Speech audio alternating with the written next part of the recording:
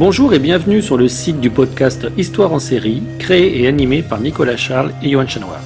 Au programme, une analyse des séries d'hier, d'aujourd'hui et de demain par les spécialistes des questions mobilisées par nos shows préférés.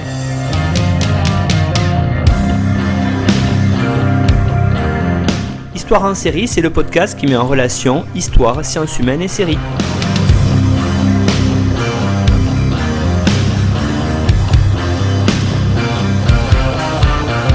Bonjour à tous, bienvenue dans Histoire en série. Histoire en série, aujourd'hui, on va partir à la poursuite, en tout cas pour l'étude d'un tueur en série avec Maud Desmet. Bonjour Maud. Bonjour. Alors Maud, vous êtes donc docteur en études cinématographiques et vous êtes aussi un professeur certifié dans l'Académie de Versailles. Vous êtes intervenu en divers colloques consacrés aux séries télévisées et à la représentation du corps à Paris, à Lyon, à Rennes et même jusqu'à Montréal. Vous avez écrit une thèse et plusieurs articles universitaires sur la mise en scène du cadavre dans les séries télévisées, dans les films policiers. Donc vous avez rédigé aussi un mémoire de master sur la question du langage et de la communication dans la série Buffy avec les vampires. Votre essai sur la mise en scène de l'autopsie dans les fictions policières est paru aux éditions Rouge Profond en 2016. Vous vous intéressez à toutes les formes de représentation du corps dans les films de genre et aux problématiques liées à la représentation de la mort. Vous avez récemment écrit un article sur la façon dont les plateformes VOD changent la relation qu'entretiennent les spectateurs avec les séries en bouleversant la temporalité de celles-ci. Alors aujourd'hui, Maud, vous allez nous présenter une émission sur une série où on parle de corps, où on parle, je l'ai dit en introduction, de tueurs en série. C'est Dexter, c'est une des grandes séries cultes, en tout cas sur les tueurs en série. Peut-être que pour se rafraîchir la mémoire, commencez, Maud, par nous faire une présentation de cette série en quelques mots aussi, en quelques minutes, le pitch. Oui, pas de problème. Alors effectivement, Dexter, série culte, donc qui porte le nom de son personnage principal, qui travaille en fait pour la police de Miami. Il analyse en fait, c'est un expert qui analyse les traces de sang sur les scènes de crime. Donc ça, c'est son job le jour, mais bon, la nuit et aussi dans la journée, il est aussi confronté à des pulsions meurtrières et donc il est tueur en série. Voilà. Et avant d'être un bourreau aussi, il a été lui-même une victime, puisqu'on apprend très rapidement qu'en fait, il a assisté au meurtre très violent de sa mère et qu'il est resté enfermé dans un bunker plusieurs jours avec le corps de sa mère. Et donc, on suppose que ces pulsions meurtrières viennent peut-être de ce traumatisme. Et donc, en fait, il a une sorte de code. Contrairement aux autres serial killers, on va dire qu'il a un code qui a été érigé pour lui par son père, Harry.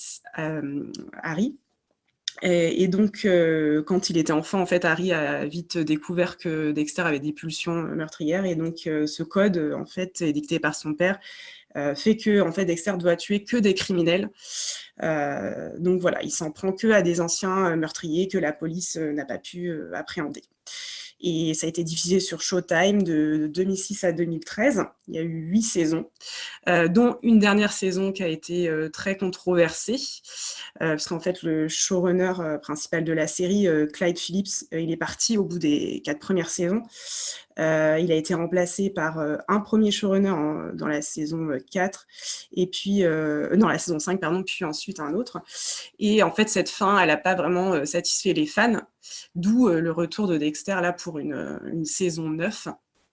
Voilà, qui est très attendue, qui est en ce moment en train d'être diffusée aux États-Unis et qui va être diffusée sur Canal+ en décembre, donc bientôt. J'ai une date du 16 décembre, je ne sais pas si c'est la bonne. Voilà, et par contre, ce ne sera pas complètement une suite. C'est une suite, mais ça va pas y avoir plusieurs saisons. C'est une mini-série, en fait, d'après ce qui est annoncé. Donc vraiment, avec l'idée de donner une fin plus glorieuse à la série. Voilà, avec des événements qui vont se passer 10 ans après la fin de la saison 8, et dans un autre endroit. On ne sera plus du tout à Miami, parce que j'ai oublié de le préciser, mais donc ça a tout se passé à Miami. Donc là, on va être dans une petite ville perdue dans la neige, dans l'État de New York, et où Dexter en fait a refait sa vie, et il tient un magasin de chasse et pêche sous une fausse identité. Et voilà, a priori, il contrôle toujours ses pulsions de tueur en série, mais bon, d'après ce que j'ai pu voir, il va y avoir des kidnappings de femmes qui vont le pousser à reprendre du service. Voilà. Merci Maud pour cette présentation et ce pitch de la série et puis de la mini-série donc qui doit faire la suite de la série Dexter. Alors, première thématique qu'on va aborder ensemble, c'est une de vos spécialités, hein, cette représentation du cadavre. Alors, quelle est la représentation du cadavre dans Dexter? Quelles sont les caractéristiques principales du cadavre? Première idée peut-être, comme d'ailleurs dans beaucoup de séries qui montrent les cadavres, on est face à un cadavre, Maud, qui est plutôt aseptisé. Oui, tout à fait. C'était quelque chose qui, à l'époque de la série, dans les années 2000, était très fréquent, notamment dans les grosses séries à succès de l'époque qui étaient séries policières, hein, j'entends, qui étaient Les Experts, où il y avait déjà des cadavres qui étaient montrés de façon assez aseptisée. Voilà, j'entends par aseptisé, il n'y a pas beaucoup de sang en fait dans Dexter finalement, sur ces cadavres, autour de ces cadavres. Ce qui est assez paradoxal puisque en fait Dexter, pour collectionner un peu ses victimes, garder une trace de ses victimes comme font les tueurs en série, ses trophées en fait, c'est des petits échantillons de sang de ces victimes qu'ils gardent. Mais finalement, paradoxalement, il n'y a pas tant de sang que ça sur les scènes de crime de la série. Par exemple, la saison 1, elle est très parlante à ce niveau-là, puisque les victimes de Brian Moser, qui est donc le frère de Dexter, hein, ce qu'on apprend au cours de la saison, sont en fait, c'est des morceaux de corps démembrés. Ils ont une apparence en fait, ils ont été vidés de leur sang, justement, donc c'est quand même intéressant.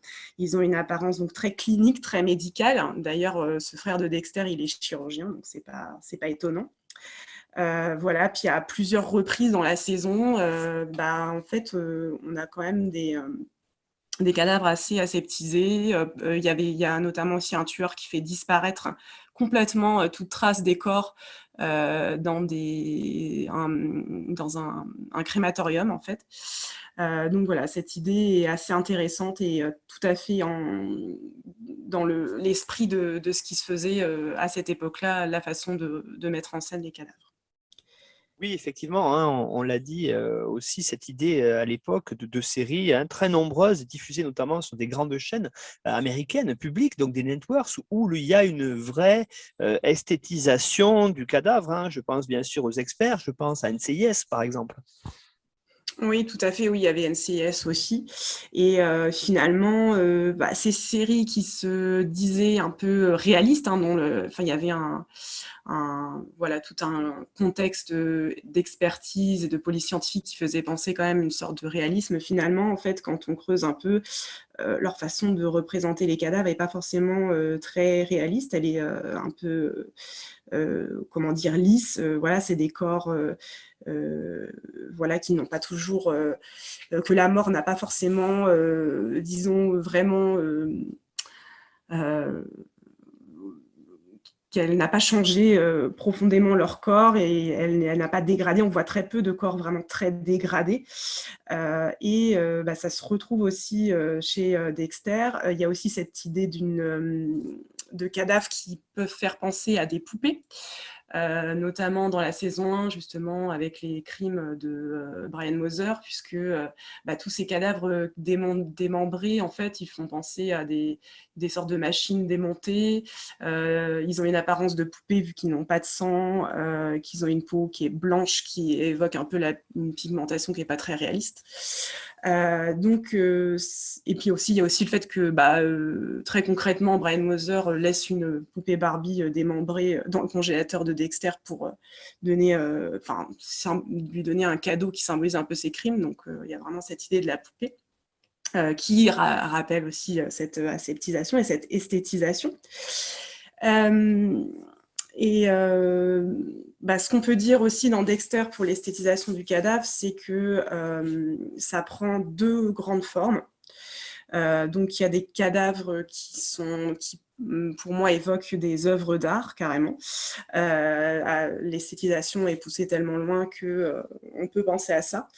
Je pense notamment à la saison 6 qui met en scène une scène complètement hallucinante où il y a des cadavres qui sont sur des chevaux qui sont en train de courir dans les rues de Miami. Et ces cadavres, en fait, sont constitués d'assemblements à la fois de fragments humains et justement de mannequins. Donc ça donne quelque chose de très particulier pour ceux qui... C'est difficile à imaginer pour ceux qui n'ont pas vu. Et cette hybridation mannequin-cadavre, elle a vraiment attiré mon attention parce qu'elle renvoie vraiment au travail d'un artiste contemporain américain qui s'appelle Joel Peter Witkin et dont tout le travail artistique, justement, c'est de mettre en scène des cadavres, des vrais cadavres humains qui mélangent justement avec des objets inanimés, enfin des fragments de mannequins, de sculptures, et il les prend en photo dans des installations qui sont assez morbides. Donc là, il y a directement, est-ce que c'est inconscient ou conscient, mais une référence à son travail. Voilà, et après, à d'autres niveaux, dans la saison 3 aussi, le cadavre de Rita, qui est retrouvé dans la baignoire de Dexter chez lui, rempli de sang, évoque aussi une vanité artistique, puisque en fait, on trouve plusieurs éléments de la vanité, le miroir, la bougie. Donc ça aussi, ça fait quand même référence à notre histoire de la peinture. Après, pour le côté, l'autre aspect de la série sur l'esthétisation plus particulièrement, il y a aussi toute une esthétique en fait installationniste des scènes de crime au-delà du cadavre, qui est intéressante. Déjà, donc, les scènes de crime qui sont laissées par Brian Mother dans la saison 1, c'est des morceaux de corps qui sont disposés de façon très parallèle, très travaillée, symétrique. Donc ça donne vraiment l'impression d'une installation. Après, au cours de la saison 3, c'est pareil, la police de Miami trouve une tête tranchée d'une victime qui est posée sur un présentoir, donc comme si elle était exposée. Donc il y a aussi une dimension installationniste. Et ensuite, aussi dans la saison 6, il y a un duo de meurtriers, qui s'avère en fait n'être qu'un meurtrier qui en fait est une sorte de dédoublement de personnalité.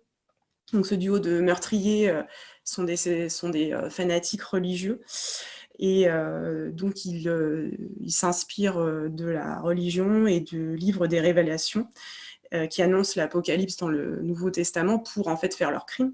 Et là en fait, à chaque scène de crime quasiment, on a une sorte de scène du livre, et il y a vraiment ce côté installation, notamment il y en a un où on retrouve un personnage qui est associé à la luxure, c'est une femme, donc c'est le corps d'une femme qu'on retrouve vraiment comme si elle était sur une scène entourée de tentures. Elle porte un costume qui évoque l'Antiquité, elle a une tête de taureau sur la tête. Voilà, c'est un des exemples de ceux nombreux où finalement ces scènes de crime font penser à des installations artistiques ou parfois même des performances. Par rapport à justement ces scènes de crime qui sont envisagées sur leur qualité esthétique, qu'est-ce qu'on peut vraiment en dire? Parce que c'est quelque chose qui a marqué le public véritablement qui a regardé Dexter. Oui, c'est vrai que ce qui est intéressant, c'est que c'est dans une esthétique globale du cadavre à l'époque qui est soit en fait qui est mis à distance. Je pense que c'est une forme de mise à distance pour à la fois les créateurs, les spectateurs. Il y avait un peu plusieurs courants pour mettre à distance le cadavre, soit le transformer. Enfin, de toute façon, à chaque fois, on le transforme en objet.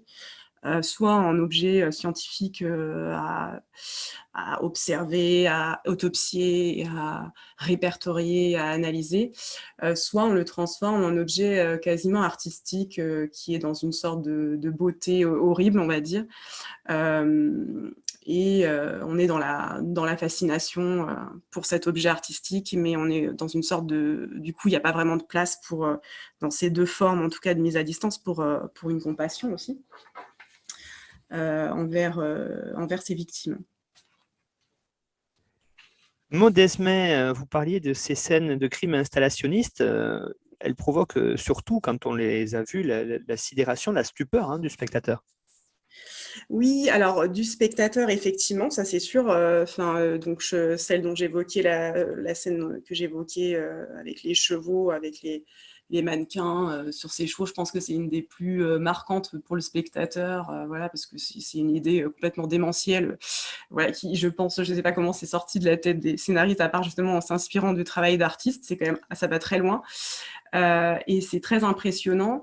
Et aussi, ce qui est intéressant, c'est que cette sidération, en fait, elle est aussi visible chez les personnages dans la fiction. Peut-être aussi qu'elle se transmet par le biais des personnages. Et notamment par Dexter, lui-même, puisque en fait, justement, à la fin de cet épisode-là, qui est donc dans la saison 6, on le voit totalement sidéré. Il confie en voix off son admiration pour ces pères meurtriers qui ont fait ça. Et puis c'est quelque chose qui se répète dans d'autres scènes. Souvent, lorsque Dexter est fasciné par une scène de crime, il y a toujours une utilisation du ralenti qui montre à quel point il est arrêté dans le temps par sa contemplation. Il semble comme coupé en fait du monde réel et extérieur. Il est happé par ce spectacle. Et puis il y a souvent l'utilisation d'un thème musical spécifique qui est associé vraiment à la découverte de la scène de crime.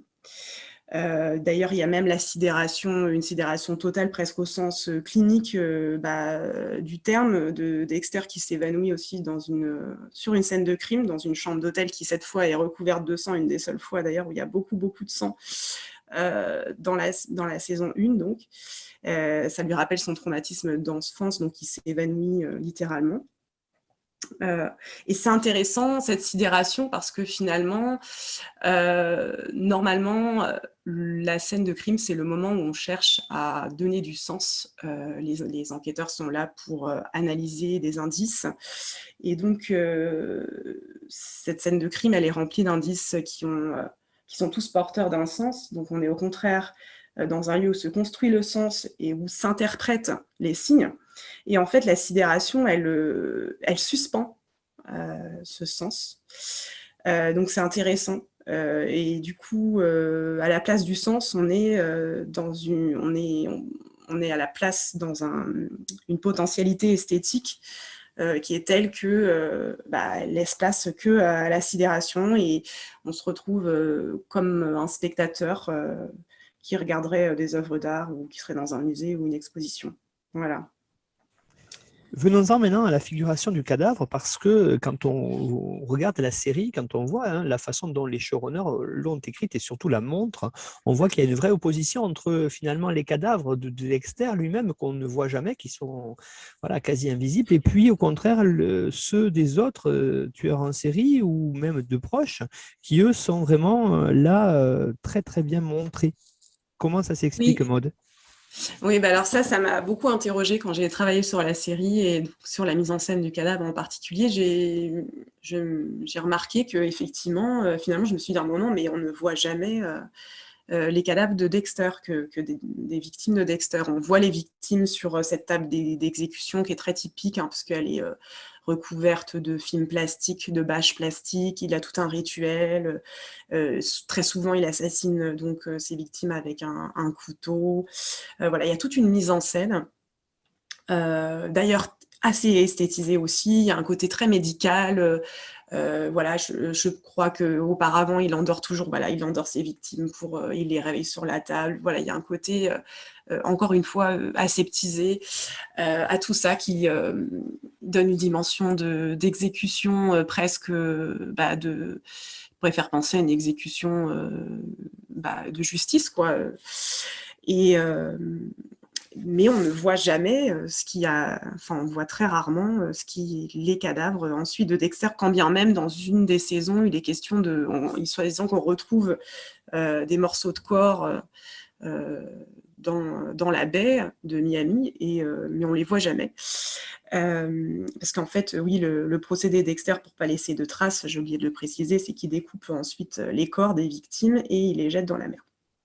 Donc, c'est intéressant de voir que cette élimination des criminels qui sont donc les victimes de Dexter est donc complètement totale.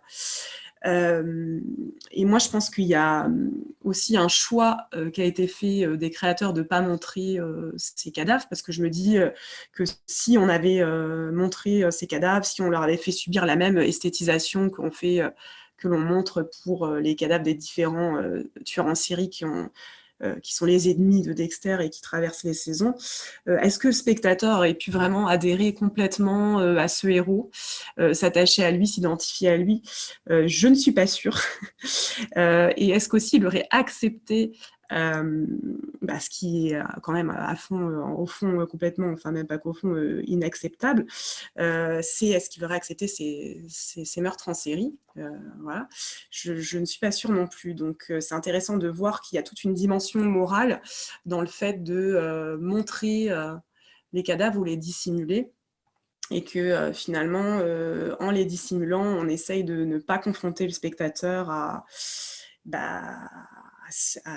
au vrai penchant meurtrier de Dexter, enfin au résultat de ce penchant meurtrier qui sont des crimes ignobles. Voilà. Mais sur cette question de la visibilité du cadavre, il y a quand même justement une scène qui est assez intéressante dans la saison 4. Donc à la fin de la saison 4, il y a une scène de bascule qui est intéressante sur la visibilité du cadavre, qui montre encore le rapport à cette visibilité du cadavre, le rapport presque moral de la série à cette visibilité du cadavre. C'est quand Dexter en fait rentre chez lui. Il a éliminé donc un serial killer qui s'appelle le tueur de la Trinité. Il a pris soin d'éloigner sa famille temporairement pour la protéger, mais en fait, ce qui s'est passé, c'est que finalement, ils ne sont pas partis. Et donc, sa femme, Rita, a été assassinée par le tueur de la Trinité. Donc, il trouve Rita dans une baignoire remplie de son propre sang. Et puis, il y a son bébé Harrison qui est dans la salle de bain en train de pleurer. Cette visibilité là du cadavre de Rita est intéressante parce que elle coïncide avec la première prise de conscience de Dexter de ce qu'il fait en fait, de l'impact de ce qu'il fait, le fait qu'il soit tueur en série et qu'il se soit approché du tueur de la Trinité. Il a même sympathisé avec lui dans un premier temps avant de l'éliminer. Il ne l'a pas éliminé tout de suite. Finalement, ça entraîne la mort de Rita. Donc, il y a une dimension morale ici qui est quand même attachée à la monstration de ce cadavre, qui est très intéressante. Il y a aussi un parallèle qui est fait dans cette scène, puisqu'il y a une alternance de flashbacks de Dexter enfant, en fait, qu'on voit dans la même situation que Harrison, son fils, puisque on sait que donc il a été dans ce bunker enfermé avec sa mère dans le sang, donc enfant. Et puis là, il retrouve Harrison dans la même situation.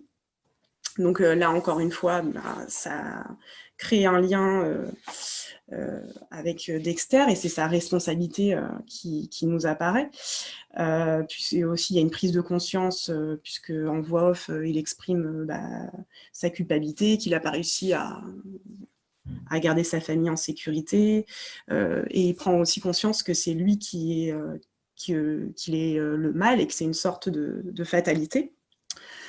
D'ailleurs, la musique également, qui est très triste, qui a des embolies aiguës qui sont un peu stridentes, et qui évoque un peu une complainte ou une lamentation. Elle souligne cette idée de fatalité. Et voilà, c'est intéressant de voir que c'est en montrant aussi un cadavre, le cadavre d'un proche cette fois. C'est plus les cadavres anonymes qu'on trouve sur les scènes de crime, on ne sait pas qui c'est, voilà, on s'en fiche un peu. C'est le cadavre d'un proche, de quelqu'un qui est aimé, et c'est ce qui fait naître le sentiment de culpabilité chez Dexter, c'est ce qui lui fait rendre compte de sa responsabilité. Et c'est aussi ce qui va donner lieu à un moment de bascule en fait dans la série. C'est ça qui est intéressant, parce qu'à partir de ce moment-là, Dexter va de plus en plus s'humaniser. Cette humanisation, on peut dire qu'elle est presque accomplie dans la saison 5. Ensuite, il va tomber amoureux, il va éprouver de la compassion, tous des sentiments qu'il n'avait pas du tout éprouvés avant. Voilà, les sentiments aussi par rapport à son fils et même à ses enfants, les enfants de Rita, qui sont ses enfants, ses beaux enfants, on va dire. Et il y a un moment aussi où il va être beaucoup plus altruiste dans ses crimes, donc il va, au lieu de son élimination habituelle juste de meurtrier, comme ça, il va aider quelqu'un à se venger, une personne qui est elle-même victime, qui s'appelle Lumen, un autre personnage dont je reparlerai. Voilà, donc c'est vraiment un moment de bascule, ce moment de la découverte du cadavre de Rita. Monde Desmet, il n'y a pas que des cadavres dans Dexter pour représenter les morts, hein. Il y a une autre façon. Je pense notamment à la figure du revenant quand on voit Harry Morgan, hein, le père de Dexter, par exemple. Oui, tout à fait. Harry Morgan est un personnage vraiment crucial dans la série, puisqu'il représente ce code. Je rappelle, ce code qui fait que Dexter peut s'en prendre que à des criminels. En fait, c'était la condition pour que Dexter arrive à contrôler ses pulsions, parce que finalement, ce qu'on comprend, c'est que sinon, il aurait tué n'importe qui, en fait. C'est ce qui permet de garder sa pulsion sous contrôle. Et effectivement, Harry Morgan, il apparaît sous la forme du revenant, qui est une forme spécifique aussi de l'époque, puisque beaucoup de séries dans les années 2000, y compris des séries policières, mettaient en scène des revenants. Il y en a dans la série, par exemple, Medium, avec Patricia Arquette, hein, à peu près dans la même époque, et aussi dans Afterlife, une autre série anglaise, voilà, où il y a aussi, c'est une médium aussi qui fait des enquêtes. La présence donc ce qui fait que finalement il y a une omniprésence d'Harry dans la série. Il est toujours là pour conseiller un peu Dexter, mais aussi pour lui rappeler qu'il doit bien suivre son code de conduite, et qui doit aussi, il a aussi un autre rôle qui est un peu plus ambigu, qui en fait il éloigne beaucoup Dexter des relations sociales. Souvent il lui répète qu'il vaut mieux qu'il maintienne ses relations sociales à distance. Faut qu'il fasse semblant, il faut pas qu'il révèle sa vraie nature auprès de ses proches, sinon ça va mal se passer. Et au début en fait de la série, Dexter il suit beaucoup ça, puis ensuite on va voir qu'il va se détacher des conseils et de la mainmise un peu de Harry Morgan. Et ce qui est intéressant avec cette histoire du revenant, c'est que ça nous rappelle aussi quand même un célèbre spectre qui est celui du père d'Hamlet dans Shakespeare. C'est le même retour spectral du père qui est une figure respectée et dominante, et qui porte cette figure spectrale, la question de la vengeance que doit accomplir le fils pour le père. D'ailleurs, on peut se dire aussi que dans cette série, clairement, Dexter, il réalise peut-être pas forcément son désir à lui, mais celui de son défunt père, puisque en fait, son père, il était policier. Et donc, on peut supposer que peut-être qu'il était lui-même frustré par les déficiences de l'institution policière. Et puis, donc, à travers Dexter, en fait, il essaye de pallier à ça. Du coup, le père, par rapport au fantôme d'Hamlet, il est beaucoup moins menaçant, beaucoup moins ectoplasmique aussi. Pour autant, c'est une figure qui est assez envahissante, qui revient régulièrement dans la série. Et aussi, c'est intéressant d'un point de vue esthétique comment le revenant est représenté. Puisqu'en fait, il y a une évolution dans sa représentation, moi, qui m'a posé question. En fait, au départ, dans la première saison, les 2 premières saisons de la série, Harry va apparaître surtout sous forme de rêve, un peu sous forme onirique. Ensuite, dans la saison 3, il intervient, il est entouré d'une sorte de halo lumineux, et tout l'espace en fait diégétique baigne dans ce halo, dans cette lumière aveuglante là. et Dexter lui-même d'ailleurs est baigné dans la lumière. Et puis en fait c'est intéressant parce qu'au premier épisode de la saison 5, donc juste après la prise de conscience de Dexter de sa culpabilité quand Rita meurt par sa faute, Harry apparaît comme un vivant en fait. C'est un vrai revenant dans le sens c'est juste un mort qui revient, c'est plus un fantôme. Il semble de chair et d'os et voilà, il est plus comme une figure imaginaire, voilà. Alors, on peut se dire que c'est un tâtonnement. Je me suis dit au début, c'est peut-être un tâtonnement tout simplement esthétique.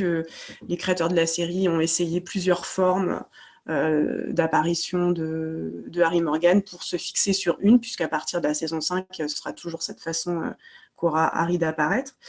Mais en fait, ça ne tient pas vraiment comme hypothèse, puisque dans la saison 2, en fait, on voit Rudy, qui est Brian Moser aussi, donc le frère de Dexter qui l'a tué dans la première saison, on le voit aussi apparaître, mais avec toutes les caractéristiques du revenant qu'a Harry Morgan dans la saison 5, donc à partir de la saison 5, donc c'est pas un fantôme, c'est pareil, il a tout à fait l'apparence d'un vivant.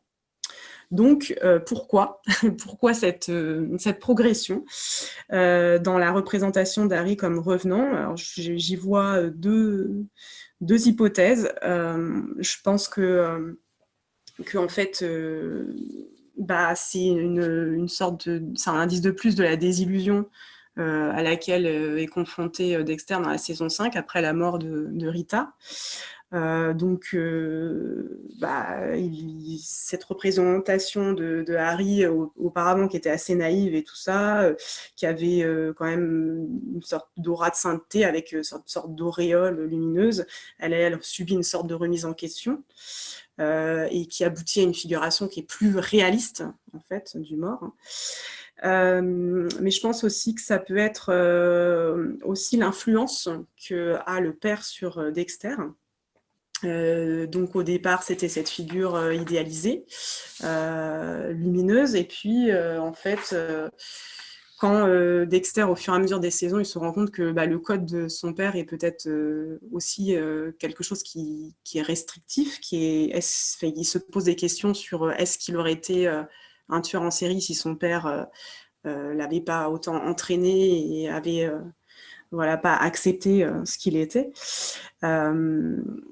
Et en fait, au cours des saisons, il idéalise de moins en moins son père parce qu'il découvre aussi que Harry avait plein de secrets, notamment une liaison avec la mère de Dexter, sa mère biologique.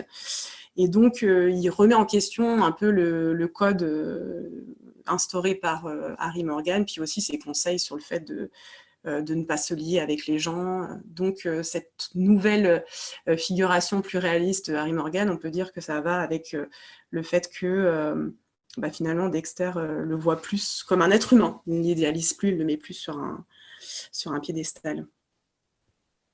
Maud Desmet, maintenant, j'aimerais qu'on regarde ensemble dans Dexter quelle est la place de la victime, hein, comment est-ce qu'elle est représentée notamment. Alors peut-être pour introduire cette thématique, replacez-nous le contexte des séries de ces années 2000, 2010, où on voit de façon peut-être différente selon les séries la place de la victime. Oui, alors effectivement, on est vraiment dans un contexte avec ces séries des années 2000, tous les années 2000, qui est assez intéressant. Ça commence au début 2000 avec des séries comme Cold Case ou FBI porté disparu. C'est assez en contraste avec finalement les experts qui ont aussi du succès à ce moment-là et qui sont pas du tout dans la même idéologie, parce que eux, dans les experts, les victimes, c'est pas vraiment important, hein, c'est les cadavres qui sont des sortes d'objets scientifiques. Mais dans Cold Case ou dans FBI porté disparu, il y a vraiment, ce sont des séries qui sont construites sur l'idée d'une réparation de la victime, qu'elle soit morte d'ailleurs ou vivante, parce que dans FBI porté disparu, parfois les victimes s'avèrent s'en sortir, comme ils disparaissent parfois et ils sont retrouvés, parfois non. Et dans Cold Case, l'idée c'est de réparer, de retrouver des dossiers classés sans suite criminels et d'essayer de trouver qui était le meurtrier. Et donc les victimes sont mortes depuis bien longtemps. On voit déjà timidement une nouvelle place pour les victimes qui est assez importante. Et puis après, il y a une nouvelle vague complètement à partir de 2006, on va dire, qui apparaît où les victimes ont une place encore plus importante et centrale. Il y a aussi la série Life à l'époque et Mentalist surtout, qui a pas mal de points communs avec Dexter. Où en fait, ce qui est intéressant dans ces séries, là, Life, Dexter et Mentalist, c'est qu'à chaque fois, le personnage principal est à la fois un enquêteur ou enfin travaille dans la police pour le cas de Dexter, mais est aussi une victime. Donc il y a vraiment une fusion du personnage de victime qui avant était autre. La victime, c'était l'autre, c'était l'altérité. Et là, c'est plus le cas. La victime, c'est le héros et c'est celui aussi qui donc demande. En fait, il y a déjà un paradoxe puisque celui qui va demander réparation, justice, dont le rôle c'est de demander justice, c'est aussi donc il y a plus de distance, c'est aussi celui qui est censé l'obtenir. Donc voilà, c'est un peu paradoxal. Alors, ce qui est intéressant dans Dexter, c'est que avant d'être un bourreau, il a été lui-même une victime, hein, donc comme je vous le disais pour représenter la série, puisque il a passé plusieurs heures avec la dépouille de sa mère qui a été assassinée de façon très violente. Et donc, c'est intéressant parce que là, il y a une fusion dans Dexter de la figure de la victime et du bourreau qui sont dans une même personne. C'est aussi intéressant puisque les victimes de Dexter sont elles aussi des bourreaux, donc il y a toujours cette réversibilité des identités.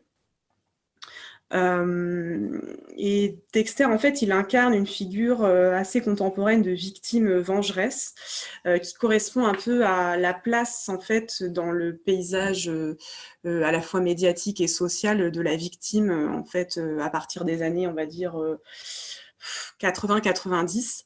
En fait, la victime a une place très importante qui est soulignée par les médias. Elle commence à avoir une sorte de pouvoir plus important qu'avant d'un point de vue sociologique. Elle est davantage représentée. Donc, on peut voir ça dans Dexter.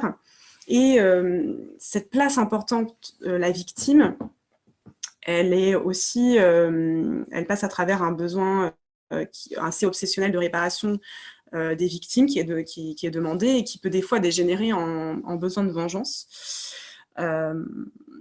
Et donc, cette prise de pouvoir symbolique en fait, de la victime, elle est aussi à mettre en relation avec l'idée d'une sorte d'affaiblissement symbolique hein, ou effectif des grandes institutions, qui est un problème qui est typique de la postmodernité. Et dans la série Dexter, justement, il y a une illustration assez systématique de l'affaiblissement de ces institutions, qu'elles soient policières ou juridiques. Puisqu'on voit que la police de Miami, on ne sait pas ce qu'ils font, ils n'arrivent jamais à arrêter les coupables, à chaque fois ils n'y arrivent pas, c'est pour ça que Dexter a autant de travail. Et donc il y a toujours quand même énormément de bourreaux en circulation, donc ça nous donne quand même un peu une idée qui est très limite, qui est que la police n'arrive pas à arrêter les criminels. Donc derrière cette idée, il y a quand même une dimension idéologique qui est un peu limite, hein, qui est assez pessimiste et assez réactionnaire, voire pro peine de mort, quoi. Mais ce qui est intéressant justement, c'est que je pense que Dexter ne s'arrête pas à cette idéologie-là pro peine de mort. Je pense que c'est beaucoup plus ambigu. Ça critique aussi ça, en fait. À la fin de la saison 1, par exemple, il y a une scène fantasmée où Dexter, il imagine la réaction des gens s'ils savaient qui tue des meurtriers. Donc, ces meurtriers qui n'ont pas été jugés pour leurs crimes. Donc, on voit Dexter, dans cette scène fantasmée, être acclamé par une foule comme une star. Donc, ça montre que, en fait, il réalise carrément un désir collectif de vengeance hein, d'une société. C'est assez fort aux États-Unis, puisqu'on sait quand même qu'il y a la peine de mort qui est effective dans certains États là-bas. Donc, cette scène cynique, elle pose quand même une question de ce qui peut être fait au nom des victimes, jusqu'où on peut aller en tant que victime dans la vengeance. Et donc ça, c'est intéressant. Maud Esmay, finalement, Dexter, c'est la figure du vengeur. C'est une figure qui est mise en avant et c'est une figure qui est mise en avant aussi dans le cinéma de cette époque-là, hein, avec le Vigilant Movie, par exemple. C'est un genre relativement apprécié. Oui, tout à fait. Il y a vraiment dans Dexter une récupération du Vigilante Movie, mais qui n'est pas complètement au premier degré, voilà, c'est contrairement à ce qui peut paraître. Donc les Vigilante Movie, pour revenir rapidement sur ce que c'est, donc c'est des films de vengeance où le héros est traumatisé souvent par l'assassinat de sa femme, voire de sa famille entière par des délinquants et décide de se venger. Donc c'est les films, par exemple, il y a Un justicier dans la ville avec Charles Bronson qui est assez connu dans les années 70. Voilà, dans ce genre. C'est une application assez concrète de l'expression œil pour œil, dent pour dent, puis un peu de la loi du talion. Et on peut penser que Dexter, finalement, c'est la même chose, hein, puisque il pallie à une sorte d'efficience des institutions juridiques et il élimine lui-même les criminels. Mais finalement, il y a des différences, puisque, par exemple, dans les Vigilante Movie, c'est quand même selon Jean-Baptiste Auré, en tout cas, c'est la ville qui semble produire les comportements meurtriers et vengeurs. Et dans Dexter, la ville de Miami, elle est montrée quand même plutôt positivement. C'est une ville portuaire, cosmopolite, où l'action se passe en général. C'est une ville ensoleillée, qui est très animée. On voit qu'il y a des influences de culture cubaine et caribéenne. C'est une ville de fête. Il y a aussi tout ce qui est les marécages, voilà, des zones un peu plus où la nature est un peu plus sauvage, mais qui sont là aussi pour exprimer la dualité sauvagerie-civilité dans le personnage de Dexter. Mais en fait, il n'y a pas vraiment d'écho à un lieu précis. Miami n'est pas montré comme un lieu qui engendrerait la criminalité. Et aussi la différence entre Dexter et le Vigilante, c'est, on peut dire, le manichéisme, puisque dans le Vigilante, encore toujours selon Jean-Baptiste Auré, en fait, le monde est divisé en deux camps. Il y a les proies et les victimes, les chasseurs et les chassés. Et on voit très vite dans Dexter qu'il n'y a pas du tout de binarité. C'est-à-dire que le bourreau peut être victime et la victime peut être bourreau.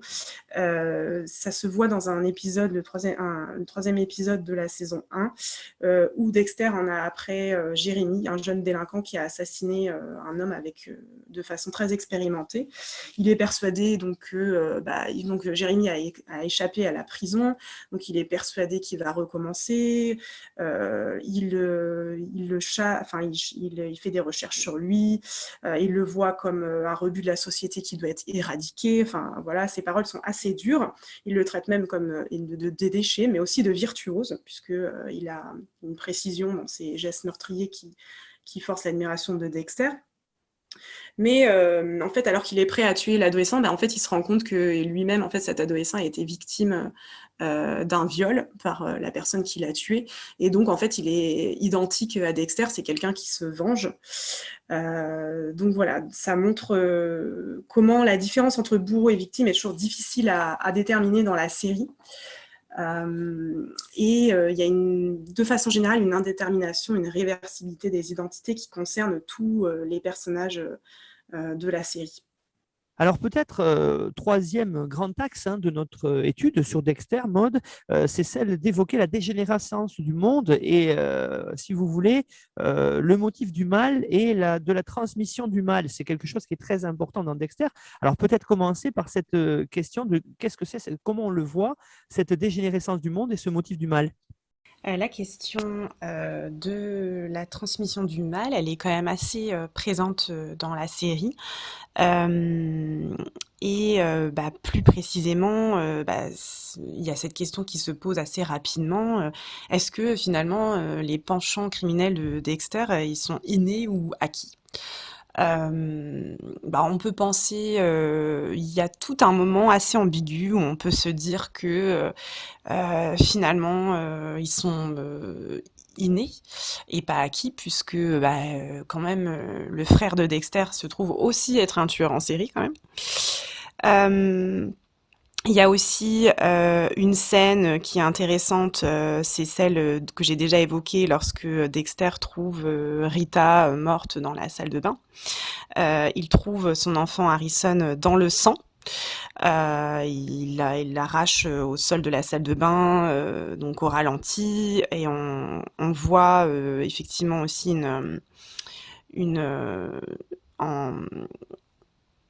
en plan parallèle, pardon, en montage parallèle, le souvenir de Dexter lui-même trouvé dans le sang de sa mère qui a été assassinée sous ses yeux. Donc il y a encore cette idée de transmission finalement. Une idée qui est un peu accentuée par la symbolique du décor, puisqu'en fait on voit au tout dernier plan de cette scène une peinture dans une alcôve du mur de la maison. Et il s'agit en fait d'une peinture de la Vierge, et de la Vierge à l'enfant, donc qui rappelle tout à fait la façon dont Dexter est en train de tenir son enfant dans ses bras, juste devant cette peinture. Il tourne le dos à la peinture. Donc ce tableau, en fait, il rappelle un peu par analogie l'auto-engendrement. Donc là, c'est l'idée que ce serait lui, et il aurait comme auto-engendré son fils, mais son fils dans des penchants, avec des penchants meurtriers. Que ce moment-là où il trouve son enfant dans le sang, il répète l'expérience traumatique dont il a été victime, et donc peut-être qu'il engendre un descendant tueur en série peut-être. D'ailleurs, il accentue lui-même le personnage, ce parallèle, puisque il dit en voix off nés tous les deux dans le sang. Donc il y a une vraie idée du transmission du mal et des obsessions meurtrières de Dexter qui pourrait donc se transmettre à son fils. Mais finalement, ce qui est intéressant, c'est que là, on balaye en même temps l'idée de l'inné. Puisqu'en fait, cette transmission, elle va pas être par le sang véritablement, elle va pas être, ou du moins juste symboliquement, mais elle va pas être littéralement par le sang, c'est pas une hérédité génétique, mais c'est bien l'idée que cette transmission, elle se fait par en fait l'expérience traumatique du décès de la mère. C'est à cause de cette expérience traumatique que Dexter est devenu un tueur en série, ce que nous rappelle la série à ce moment-là, et c'est très intéressant puisque c'est une raison qui n'est pas, pour le coup, innée, du domaine de l'inné, mais de l'acquis. C'est une expérience traumatisante qui l'a transformé, et ce qui a fait de lui avant tout une victime. Qui est ensuite devenu bourreau. Et donc voilà, donc il y a l'idée d'une fatalité quand même dans cette scène, puisque ça se reproduit à nouveau, mais on n'est pas en fait dans l'inné, mais plutôt dans l'acquis. C'est plutôt l'expérience qui transforme la personne en tueur en l'occurrence, mais c'est pas forcément voilà, une hérédité génétique. Donc là, voilà, je trouve que dans cette scène, la série se positionne assez clairement sur cette question-là. Et puis, si on n'était pas sûr, à la fin vraiment de la série, enfin si on compte pas cette nouvelle saison mini-série qui va avoir lieu, enfin qui a lieu, qui est diffusée en ce moment. C'est tranché à nouveau, cette question de l'inné et l'acquis, elle est réévoquée à la dernière saison avec le personnage de Dr Vogel qui est interprété par Charlotte Rampling, qui est donc la psy qui a suggéré au père de Dexter de diriger le code de conduite, là le fameux code voilà, qui fait qu'il doit tuer que des criminels. Et donc, il compare, à un moment dans la saison, Dexter compare Charlotte Rampling, le Dr Vogel, au Dr Frankenstein. Donc, c'est assez intéressant parce que ça montre que finalement, c'est il est sa créature. Donc, elle l'a modelé, elle l'a influencé, elle a influencé son père, elle a influencé lui avec l'idée de ce code, en suggérant qu'en fait, il pouvait être guéri de ses pulsions criminelles que en érigeant ce code et pas autrement, pas en faisant une thérapie, enfin ce qui est assez horrible pour une psy de dire ça. Donc il y a vraiment cette idée, encore une fois, que c'est à cause d'elle, donc c'est pas forcément à cause de ce qu'il est, qu'il n'était pas comme ça au départ, mais qu'il a été modelé par une personne euh, pour, euh, pour être un tueur en série. Finalement, Maud, quand on voit Dexter, on se rend compte qu'il y a une crainte, hein, voire un désespoir de voir le monde qui est en pleine décomposition et qui est rongé par le mal. C'est des choses que l'on voit beaucoup à l'époque, notamment dans les films, hein, comme le film en plusieurs parties, Millennium, ou comme dans Seven.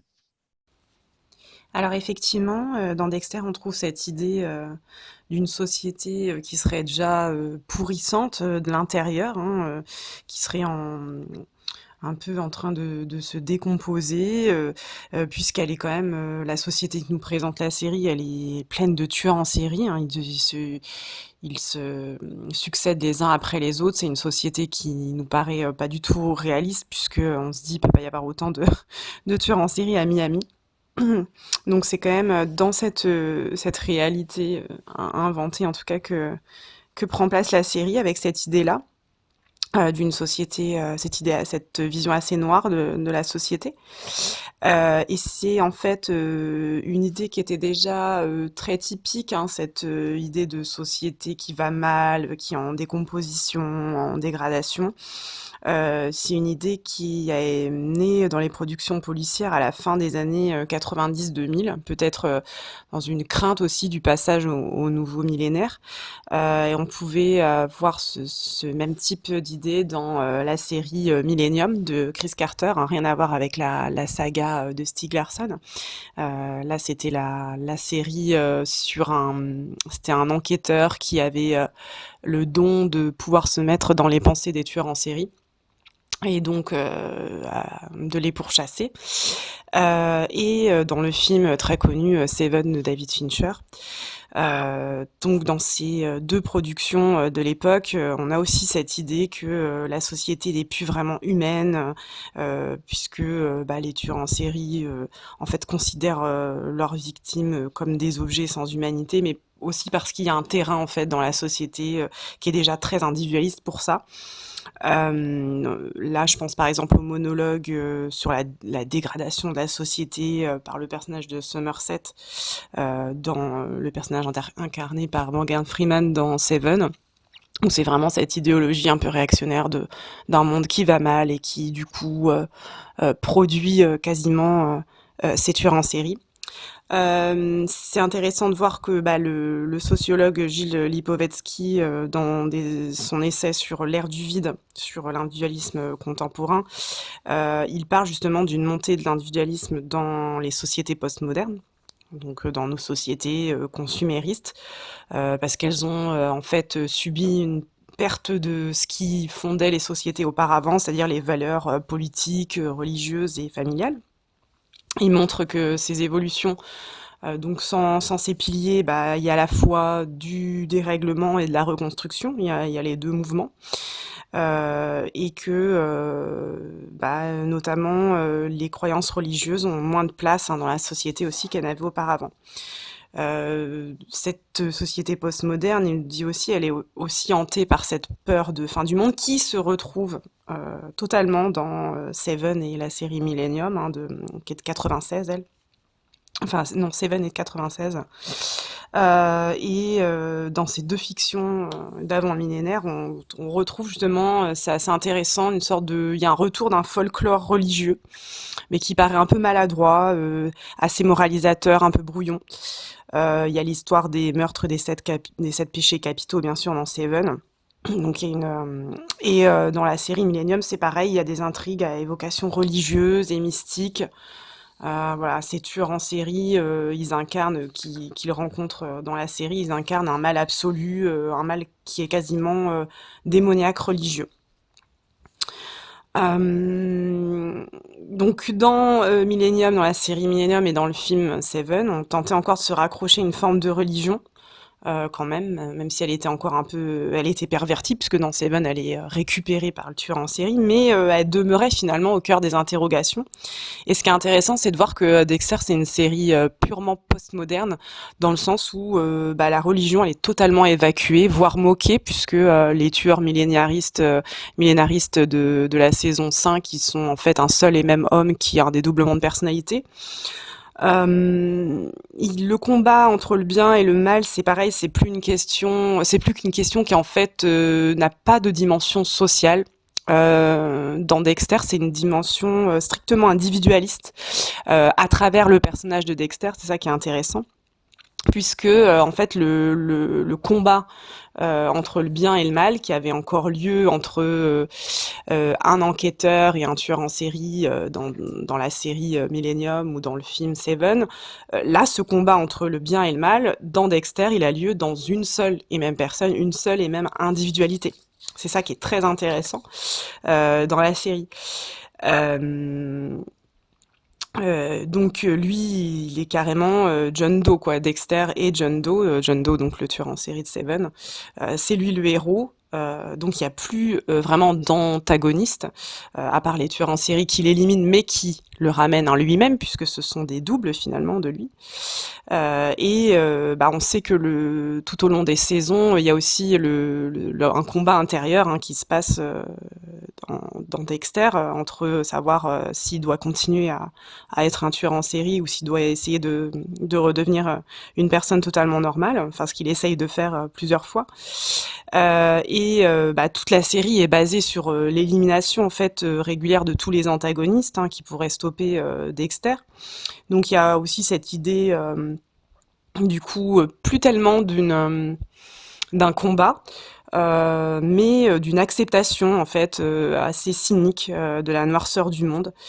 Et c'est avec un homme qui finalement, le parcours d'un homme qui finit par accepter son altérité et sa noirceur. C'est ça qui est intéressant dans ce personnage de Dexter. Il essaye de la combattre, mais à chaque fois, il finit par l'accepter. Et aussi, c'est intéressant de voir qu'autour de lui, personne ne soupçonne, on soupçonne très peu, en fait, il a de sa nature de tueur en série. Au cours des saisons, bien sûr, il y en a qui découvrent ça, mais ça dépend aussi d'une société, finalement, un monde qui n'est plus vraiment explicitement à même de différencier Dexter, qui est un tueur en série, d'une personne ordinaire, celle pour laquelle il se fait passer, en fait. Et voilà, donc ça, c'est assez important dans la série. Ce combat entre le bien et le mal, qui est plutôt individualiste, il est représenté à travers la voix off de Dexter, qu'on entend énormément avec ses réflexions à chaque saison. C'est quelque chose qui était déjà présent aussi dans la série Millennium. L'enquêteur Frank Black avait des interrogations en voix off pendant toute la série sur les notions de bien et de mal, des sortes de monologues, des voix intérieures. Mais il y a la différence que dans cette série-là, ça paraissait assez encore universel, et il y avait une dimension ouverte, universelle, qui concerne le monde entier, alors que dans Dexter, la voix off, elle est très axée sur l'individu lui-même, ce qui va avec ce que décrit Lipovetsky sur une société en fait individualiste. Elle est repliée sur ses émotions à lui, ses sensations, même quand elles sont en décalage avec le monde qui l'entoure. Donc c'est intéressant parce que la voix off de Dexter, contrairement à celle de Millennium, en fait, elle témoigne d'un lien qui est rompu entre l'individu et la société dans laquelle il est, en fait. C'est une sorte d'individualité hermétique. Et d'ailleurs, la forme même de la série, qui est très très circulaire, et d'ailleurs c'est parfois assez frustrant en tant que spectateur, c'est peut-être le gros défaut de la série, c'est son incapacité à évoluer, puisque si Dexter se fait attraper, se fait arrêter, il y a plus de série. Donc il y avait ce côté, on avait l'impression de revenir à zéro à chaque saison, que Dexter échappait grâce à un Deus Ex Machina à la police, et hop, il pouvait recommencer. Et c'était parfois frustrant en tant que spectateur, mais à un autre niveau, c'est intéressant parce que cette forme circulaire, finalement, elle montre Dexter il est incapable de changer en fait, et que la société dans laquelle il est aussi, elle est dans une sorte de cercle où tout se répète. Donc il y avait un peu cette tradition sur plusieurs saisons de terminer la saison par un événement. Alors il y a eu l'anniversaire d'Harrison, il y a eu le mariage de Dexter et Rita, voilà, une commémoration, un joyeux événement qui est célébré. Et à l'occasion de ces scènes-là, souvent qui étaient au ralenti en fin de saison, il y avait la voix off de Dexter qui répétait aux spectateurs que sa nature meurtrière, en fait, elle était inchangée. Donc il y avait vraiment cette idée que malgré cette noirceur du monde, malgré cette noirceur de l'individu, la vie continue, les gens continuent à célébrer leur vie en communauté, et ils sont dans l'acceptation, ils ne sont plus dans le combat. Contrairement aux années 90-2000, début 2000 et fin 90, avec Seven ou la série Millennium, on était encore dans ce combat contre le mal. Modesme, merci beaucoup pour cet enregistrement sur Dexter, qui est une grande série et dont on attend effectivement la dernière saison, vous l'avez dit à l'introduction, qui est pas tout à fait une suite, qui se passe 10 ans après. Ça va être diffusé en France sur Canal+. Vous avez fourni, comme tous les intervenants et intervenantes, une bibliographie indicative que l'on retrouve sur la page de l'émission, sur notre site histoireensérie.com.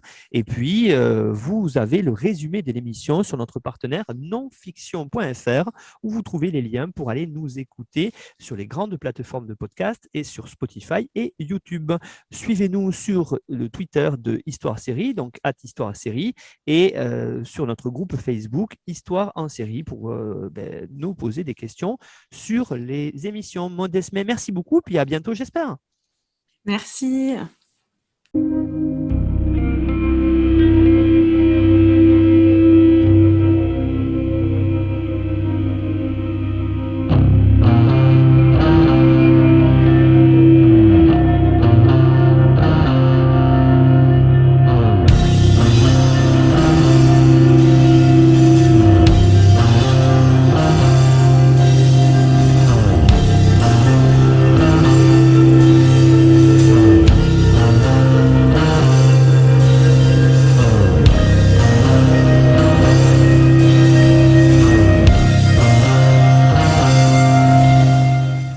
Retrouvez-nous sur Twitter @Histoire en série pour connaître le programme à venir ainsi que des conseils bibliographiques.